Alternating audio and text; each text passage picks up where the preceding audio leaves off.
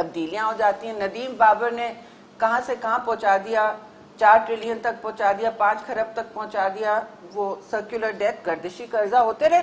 وزراء کی بھی گردش ہوگی نا. میوزیکل چیئرز دیکھا ہے نا آپ نے, ایک جگہ قلم دان بدل جاتا ہے یا کہیں باہر چلے جاتے ہیں. لیکن اللہ نہ کرے آپ پر کوئی انویسٹیگیشن ہو, کوئی کھاتا نہ کھلے آپ پر, کوئی کام نہ ہو, کوئی آپ کو جواب نہ دینا ہو. وہ جواب دہی تو صرف اپوزیشن کے لیے ہے. اور میں یہ بھی ضرور, بہت سی باتیں کرنے کو ہیں, لیکن مجھے پتا ہے کہ آپ لوگوں کو سوال کرنے ہیں. مجھے پتا ہے کہ آپ لوگوں کے ذہن میں بہت اس وقت سیاسی بھی صورتحال پر ایک تبصرے کرنے ہیں. تو میں حاضر ہوں. روز ہماری پارٹی جواب دہ ہے سب کے سامنے عوام کی عدالت میں, تو وہ آپ کے توسط سے وہ میں سوالوں کا جواب بھی دینا چاہتی ہوں. مگر اس سے پہلے کہنا چاہتی ہوں کہ ہائر ایجوکیشن کمیشن میں بھی اس وقت میرٹ کا جنازہ نکالا جائے. طارق بنوری کو نکالا گیا. میں کسی کی ذات پہ نہیں جاتی, ان کی اور جو ان فائٹنگ چل رہی ہے وہاں وہ سب کے سامنے ہے. جو بھی ہے کوئی چیز شفافیت سے نہیں ہو رہی ہے. ایک آرڈیننس لایا جا رہا ہے کہ اپنے پسند کے لوگ آئیں اور میرٹ کا جنازہ نکالا جائے. اب میں آپ سے جو بھی سوال کرنے ہیں. یہ بتائیں کہ سوالات ہو رہے ہیں کہ پیپلز پارٹی نے پی ٹی ایم کا سودا کر لیا ہے, اور کل مریم نواز نے بھی یہ سوالات اٹھائے اور الزامات لگائے کہ یوسف Raza Gilani selected opposition leader بن گئے ہیں. انہوں نے جو باپ پارٹی ہے ان کے باپ سے فون کروا کے ووٹ لیے. اس پہ آپ کیا کہیں گے؟ دیکھیے یہ بات کل بھی کی گئی ہے اور چیئرمین بلاول نے اس کا بہت مؤثر اور میں سمجھتی ہوں شائستہ سیاسی جواب دیا ہے. جو ہمارے اپنی تہذیب, سیاسی تہذیب پیپلز پارٹی کی ہے, اس کے دائرے میں رہ کر کیا ہے.